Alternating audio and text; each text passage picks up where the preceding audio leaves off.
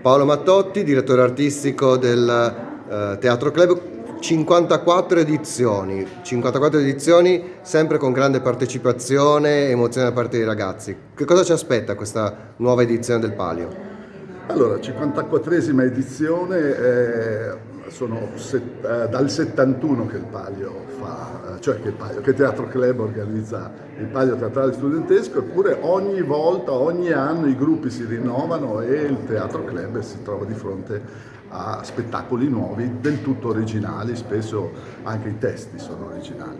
Quest'anno inauguriamo la rassegna con l'ospitalità che diamo al Palio di Velletri, che è gemellaggio col Palio di Udine e che l'anno scorso ha ospitato una nostra compagnia che è andata là a presentare lo spettacolo. Quindi è nata questo gemellaggio, chiamiamolo così, e quest'anno tocca loro venire a Udine. Lo spettacolo che presenteranno saranno di tipico, come molti altri spettacoli della rassegna, hanno come oggetto segreto le problematiche che affrontano i giovani, quelli dell'omologazione, dell'insicurezza, della solitudine spesso, della debolezza rispetto a un mondo che cambia sempre più velocemente e che non prospetta ai giovani un futuro particolarmente roseo.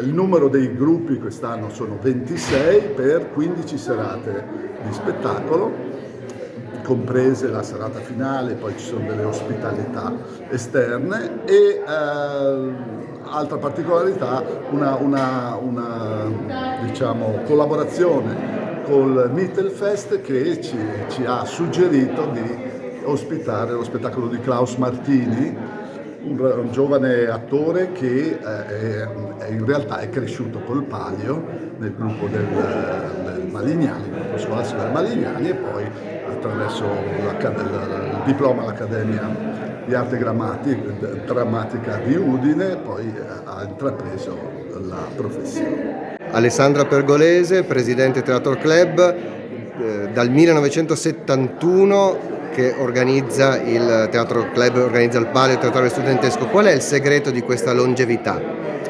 Ce lo siamo chiesti tante volte, ci siamo anche dati tante risposte. Una potrebbe essere la determinazione della nostra associazione che senza scopo di lucro si mette a disposizione, a servizio dei ragazzi, potrebbe essere la generosità degli enti che ci finanziano e continuano a credere in noi, a rinnovarci la fiducia, la disponibilità dei partner, dei collaboratori, perché abbiamo creato una rete, ma in realtà il segreto della lunga vita del Palio sono i giovani stessi che partecipano, perché da sempre, e adesso è diventata un'urgenza direi, hanno la necessità di far sentire la loro voce, che spesso non è ascoltata come dovrebbe esserlo. Questo non è una mia opinione, è proprio un allarme che è stato anche lanciato dal Garante per l'infanzia e per l'adolescenza, che ha in qualche modo ammonito i governanti a smetterla di ignorare i giovani, perché i giovani hanno tanto da dire e ne hanno bisogno.